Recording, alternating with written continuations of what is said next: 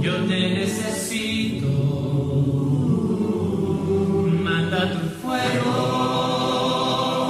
a ese lugar. Salmo 145, verso 1 en adelante. Allí les invito a hacer la primera lectura de esta lección. Esta lección le he titulado ¿Cómo es tu Dios? ¿Cómo es? Y bueno, vamos a comenzar haciendo esta lectura del Salmo 145, versículo 1 al 3. Así que quiero que me acompañen, por favor, a hacer esta lectura. Dice así: Te exaltaré, mi Dios, mi Rey, y bendeciré tu nombre eternamente y para siempre. Cada día te bendeciré y alabaré tu nombre eternamente y para siempre. Porque grande es, como dicen, Jehová, y digno de suprema alabanza. Y su grandeza, dice, es como inescrutable. Mire qué bonitas las palabras de este salmo. Generalmente cuando los autores bíblicos reflexionan sobre Dios, lo hacen en la base de lo que conocen, de lo que ven, de lo que miran. Muchas de las reflexiones que encontramos en la palabra de Dios, especialmente en los salmos, provienen de ese acto de contemplar las cosas creadas. Cuando los salmistas miran la altura de los montes, suelen compararlo con la grandeza de Dios, o la altura de los cielos. Dicen, así es Jehová. Porque todos los valores que nosotros atribuimos a Dios están basados en eso, en lo que nosotros vemos, lo que nosotros conocemos. Describimos a Dios a partir de las cosas que tenemos a nuestro alrededor. Y por eso casi todo el testimonio que nosotros o los autores bíblicos pueden dar acerca de Dios va a ser limitado. ¿Por qué es limitado? Porque el lenguaje que nosotros ocupamos para describir a Dios siempre va a estar limitado a las cosas que vemos, a las cosas que conocemos. Entonces, cuando hablamos, por ejemplo, de la belleza de Dios, cuando hablamos de ese valor atribuido a Dios, generalmente lo hacemos a partir de las cosas de la naturaleza que para nosotros parecen hermosas. Por ejemplo, hablamos que la hermosura de Dios es como el cielo, por ejemplo. Porque sabemos que conocemos el cielo y sabemos que el cielo es algo hermoso. O hablamos de la hermosura de Dios comparada a un rayo de luz, por ejemplo. Decimos que Dios es hermoso como un rayo de luz, como un atardecer, decimos nosotros. Son cosas que nosotros conocemos y creemos que las podemos comparar a Dios. No tenemos otro lenguaje que utilizar para hablar sobre Dios. Por ejemplo, utilizamos piedras preciosas, decimos que Dios es como el oro, Dios es como el cristal, porque son cosas hermosas que nosotros conocemos y utilizamos para describir a Dios. También, por ejemplo, Cuando se habla de su bondad, vemos que en la palabra de Dios se le compara con una madre, se le compara con un padre y se hace la semejanza. Dice que Dios es como una madre, es como un padre que se compadece de sus hijos. Lo mismo ocurre cuando, por ejemplo, hablamos de su fuerza o de su poder. Los autores utilizan la figura de un trueno. Decimos que el poder de Dios es como el rugir de un trueno. Es como un relámpago, decimos nosotros, como el rugir de muchas aguas, dicen los salmistas. Todas estas figuras que he estado mencionando son figuras que nosotros conocemos, que nosotros vemos, con las cuales nos relacionamos a diario, y no tenemos otra forma de hablar acerca de Dios, nada más que mencionar todo lo que para nosotros es hermoso, o todo aquello que nos parece sorprendente para hablar sobre cómo es Dios. Por ejemplo, cuando se quiere hablar de la grandeza de Dios, de la cual nos habla el Salmo 145, se utiliza, por ejemplo, la profundidad del océano. Decimos nosotros, Dios es tan grande como lo profundo del océano. O Dios es tan grande como la altura de los cielos, decimos nosotros. Porque son cosas que hemos conocido, hemos visto, y así las utilizamos para describir a Dios. Pero lo cierto, y lo que yo quiero hacerles reflexionar, es que ninguna, hermano, ninguna de estas cosas, por hermosas que parezcan y grandiosas que sean, describen con exactitud lo que es Dios. Ninguna de ellas. Por más que usted diga que Dios es tan grande como los cielos, o su grandeza es tal como las profundidades del océano, o que su hermosura es como un atardecer hermoso, o como un rayo de luz, todas esas cosas, cuando son referidas o son utilizadas para referirnos a Dios, realmente se quedan pequeñas o son insuficientes para describir quién en realidad es Dios. Por lo tanto, todo lo que nosotros podamos decir, todo lo que nosotros podamos mencionar sobre Dios, no dimensiona, no alcanza a describir con exactitud cómo es ese Dios al que nosotros servimos. Yo, en lo personal, le digo, porque estoy convencido de que Dios es más hermoso que cualquier rayo de luz, por hermoso que sea. Dios es más grande que la altura de los cielos. Dios es más grande que las profundidades del abismo. Dios es más hermoso que cualquier piedra preciosa existente en este planeta. Dios es más hermoso, más grande y más poderoso que todas esas cosas. Pero como no tenemos otra forma de cómo describirlo, entonces lo describimos así. Por ejemplo, cuando el autor de Apocalipsis habla de la vida eterna, dice que allá en la vida eterna, dice, hay calles de oro, dice, y mar de cristal, dice.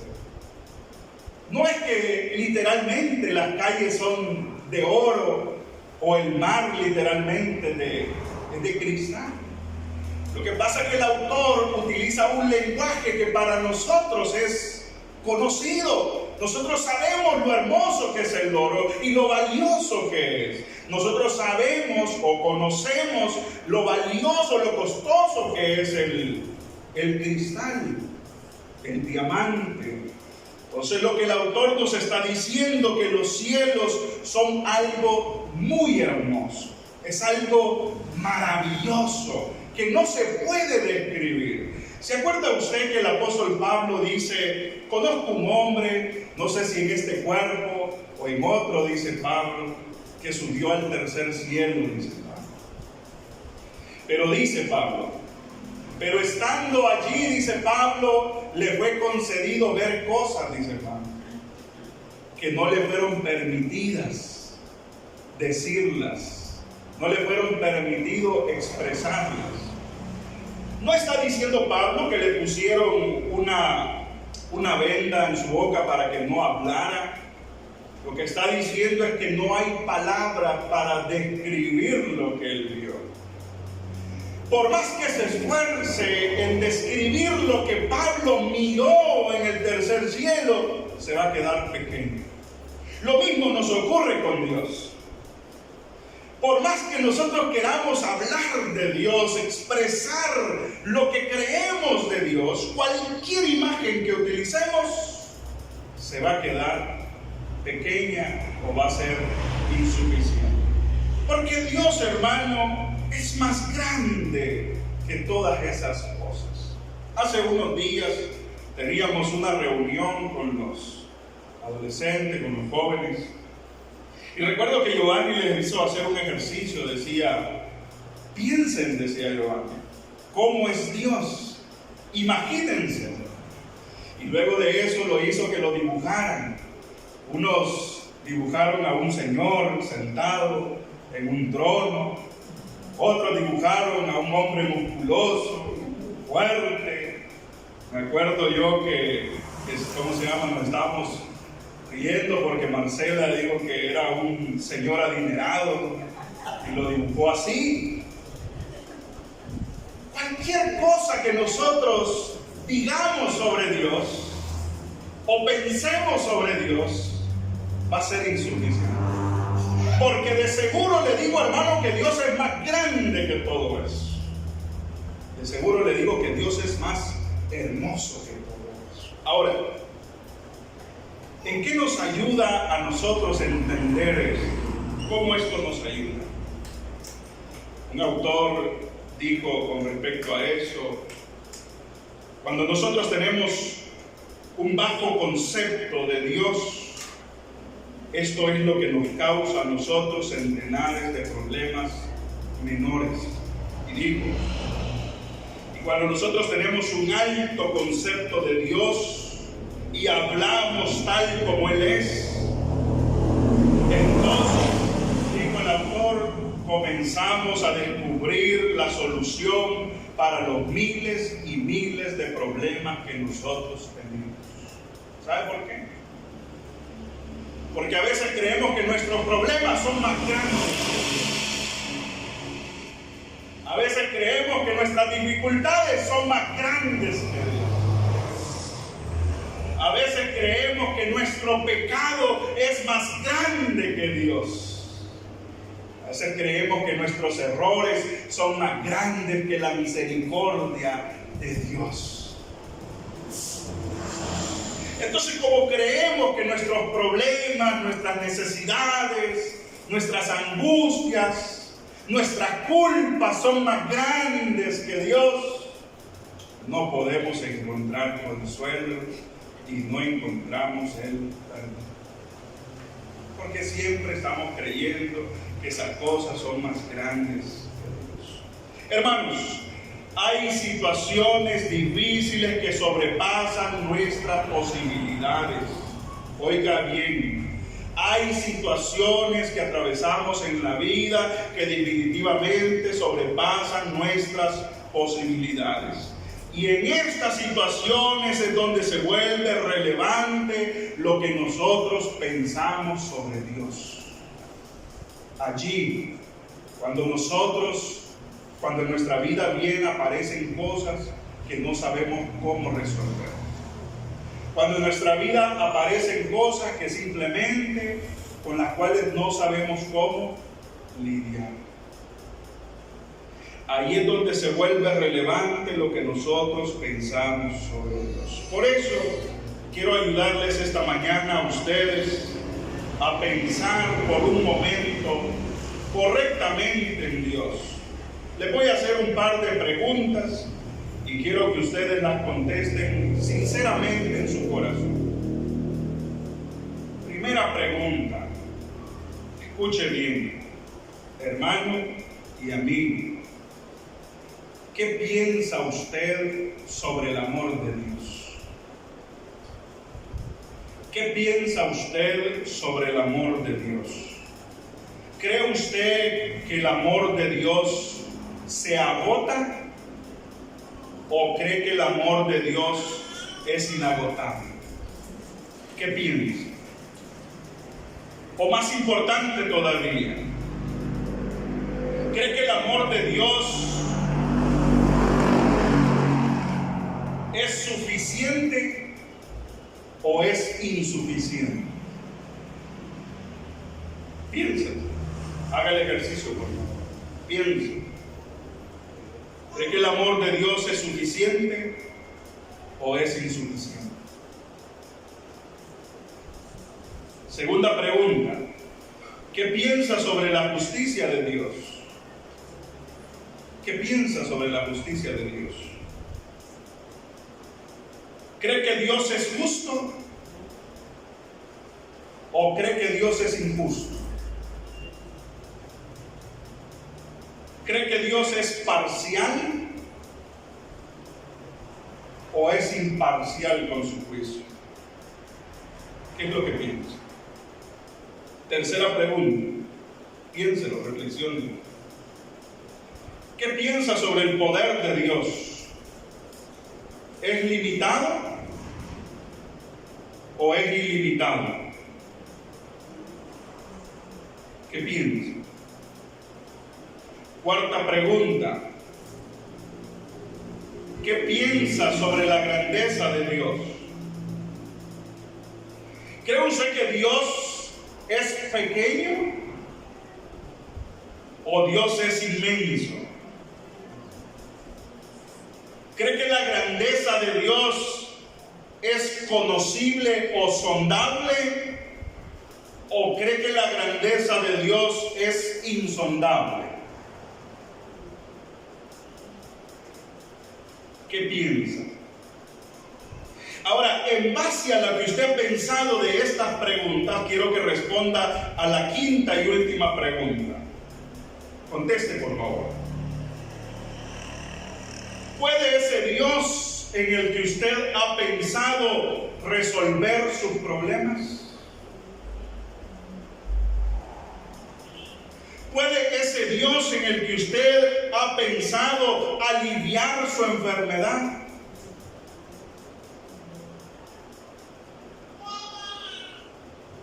¿Puede ese Dios en el que usted ha pensado alimentar a su familia?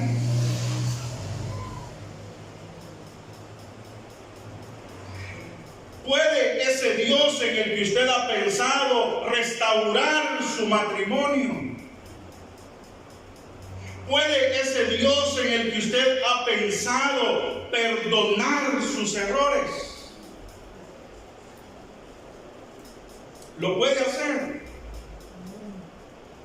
¿Puede ese Dios en el que usted ha pensado sanar su corazón? ¿Puede hacerlo? Todo eso va a depender de una sola cosa: de lo que usted cree sobre Dios. Si usted cree que sus problemas son más grandes que Dios, sus problemas no tienen solución. Si usted cree que sus culpas son más grandes que Dios, sus culpas no tienen perdón. Si usted cree que sus necesidades son más grandes que Dios, pues no tienen solución. Pero si usted cree que Dios es más amoroso, misericordioso que cualquier pecado que usted pueda haber cometido, entonces usted está listo para recibir el perdón. Pero si usted cree que Dios es más grande que su enfermedad, más grande que su problema, más grande que su necesidad, de seguro le digo que tiene solución. tiene solución. Porque todo depende de lo que nosotros pensamos sobre quién, sobre Dios. Y sobre todo de la fe que hay en nuestro corazón para clamar a ese Dios que es grande y poderoso. Oiga bien lo que le voy a decir, hermano. Lo más difícil para usted, piense, haga este ejercicio. Mire, piense en este momento. ¿Qué es lo más difícil para usted en este momento? ¿Qué es lo más difícil para usted? ¿Qué es lo que más le duele en este momento? ¿Qué es lo que más le duele? ¿Qué es lo más difícil para usted? ¿Qué es lo que más le preocupa en este momento? ¿Qué es lo que más le preocupa? ¿Qué es lo que más le roba la paz en este momento? ¿Qué es lo que más le llena de tristeza? Oiga bien, eso es lo que usted ha pensado ahorita. Eso que es lo más duro para usted, lo más difícil para usted. Y quizás tan vergonzoso para usted que no quiere que nadie se vaya a dar cuenta. Oiga, lo más difícil para usted es lo más fácil para Dios. ¿Escuchó eso? ¿Escuchó eso, hermano? Lo más difícil para usted es lo más fácil para Dios. ¿Sabe usted? Que eso que usted cree que no tiene solución es lo más fácil para Dios. Ese pecado que cree que Dios no le puede perdonar es lo más fácil para Dios. Digo, Jesús, ¿qué es más fácil? ¿Decirle a este hombre que se levante o decirle tus pecados que son perdonados? Eso que usted cree que es lo más duro para usted en este momento es lo más fácil para Dios. Acompáñenme a leer un texto en Lucas, el Evangelio de Lucas. Mire cómo dice, Evangelio de Lucas. Es importante que usted tenga presente este pasaje. Evangelio de Lucas, capítulo 18, mire cómo dice, capítulo 18, verso 27. Lucas 18, 27. Oiga cómo dice. Jesús les dijo: lo que es imposible para los hombres, ¿qué pasa? Es posible para Dios. ¿Qué es? Posible para Dios. Es posible para Dios. Eso que usted está ahorita viéndolo como imposible, eso que usted cree que no tiene solución, para Dios, ¿qué es? Es posible. ¿Entiende eso? Esa enfermedad, ese problema, esa necesidad, ese pecado, todo eso es posible para Dios, hermano, porque Dios es más grande que cualquier cosa que le pueda estar afligiendo en este momento. Jesús dice, lo que para los hombres es imposible, para Dios es posible. Piensa, hermano, ¿qué cosas le tienen agobiado en este momento? Enfermedades. Tienes traumas emocionales que te atormentan. Padeces de ansiedad, estás padeciendo de depresión. Tienes problemas laborales, económicos, familiares. Estás pensando divorciarte, has perdido la autoridad sobre tus hijos. ¿Qué es lo más grave que te está pasando en este momento? ¿Qué es lo peor que te está pasando en este momento? Bueno, eso que estás pensando ahorita tiene solución. ¿Sabe por qué? Porque Dios es más grande que eso. Dios es más grande que eso. Y no me malinterpreten, porque no estoy subestimando lo que les pasa. Yo sé que es difícil para ustedes. Yo sé que es difícil para mí. Pero quiero que reflexionemos. Entre todas esas cosas que están pasando, le pregunto, que le están sucediendo, ¿hay algo que Dios no pueda resolver? ¿Ah? ¿Hay algo que Dios no pueda resolver?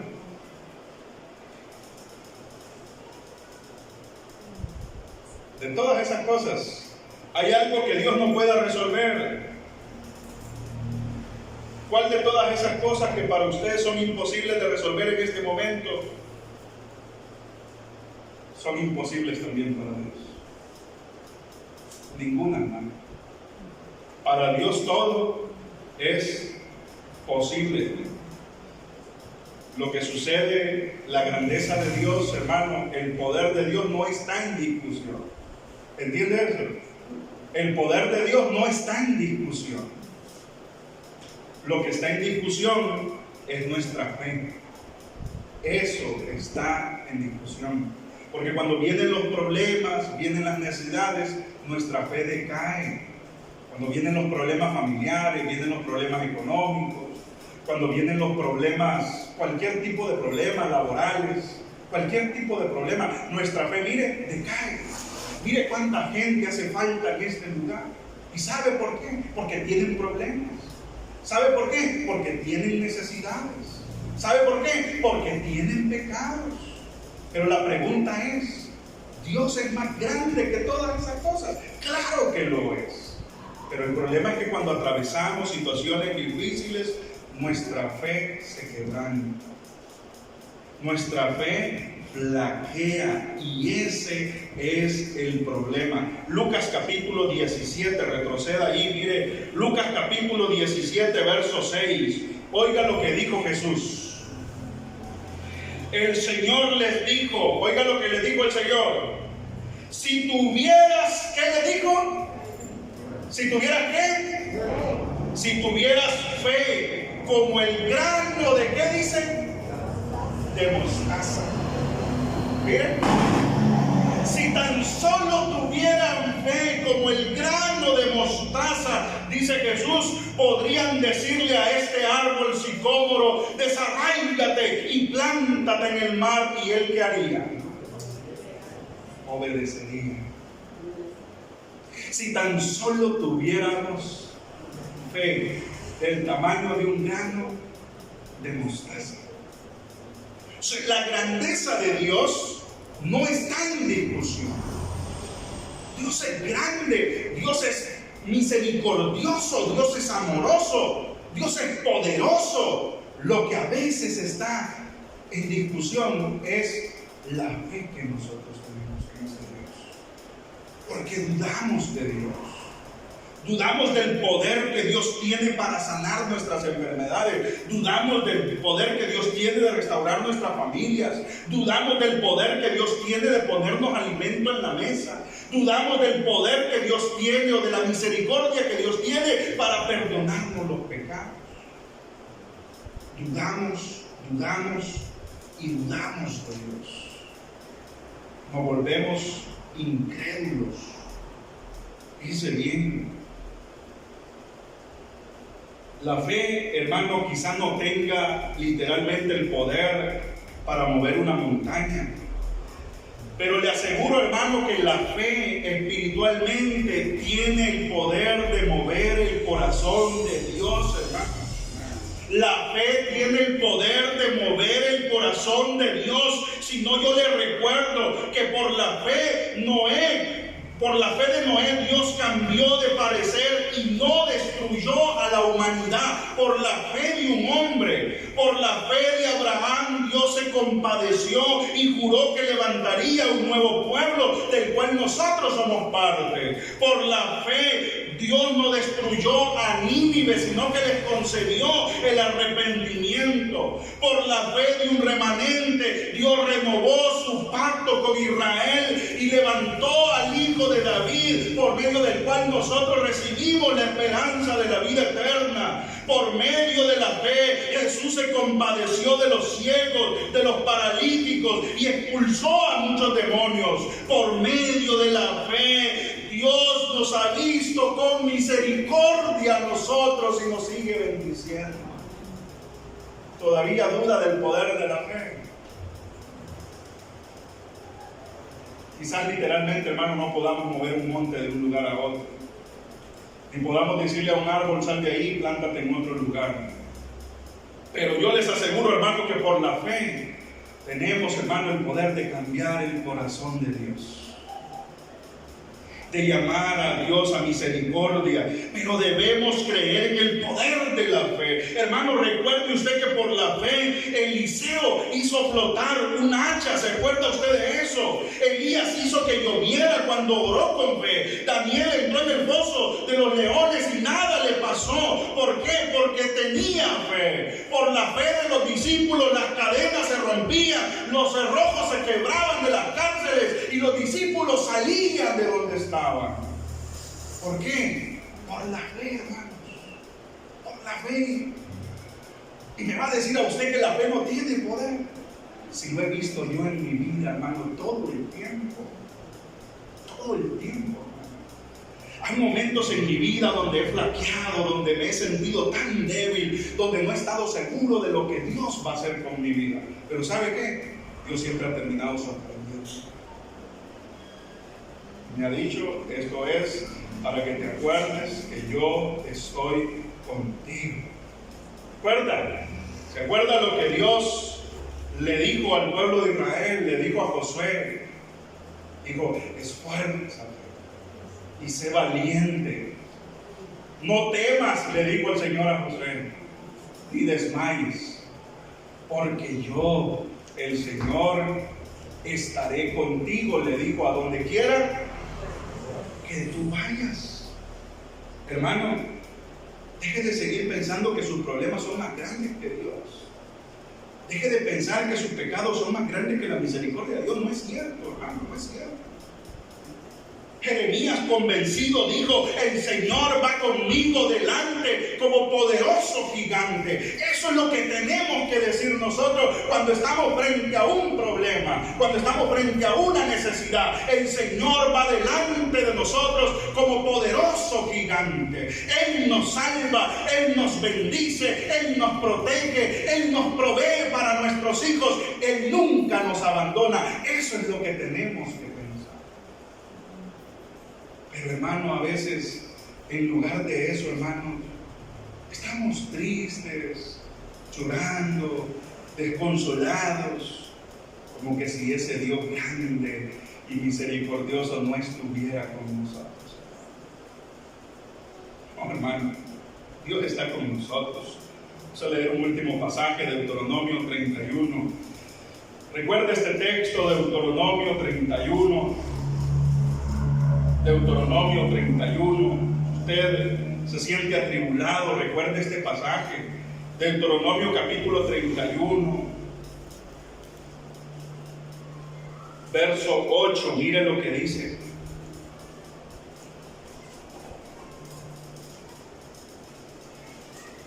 Y Jehová va delante de ti. Él estará contigo, no te dejará ni te desamparará. Así que no temas ni tengas miedo, no te intimides, porque ese Dios poderoso está contigo, hermano. Ese Dios poderoso y misericordioso va contigo, va delante de ti como poderoso gigante. Así que no nos desanimemos, no nos desalentemos. Al contrario, que los problemas que nosotros tenemos sirvan para probar la misericordia de Dios. Si usted tiene un problema grande, pues más grande tiene que ser su oración. Si usted tiene una necesidad, más grande tiene que ser su oración. Si usted tiene un problema, tiene una enfermedad, ore a Dios, clámele a Dios. Yo sé que Dios le va a responder. Pero Dios tiene sus medios, Dios tiene sus tiempos, Dios tiene sus herramientas. Pero estoy seguro que Dios le va a responder. Dios le va a responder a su tiempo. Que Dios me los bendiga a todos y cada uno de ustedes.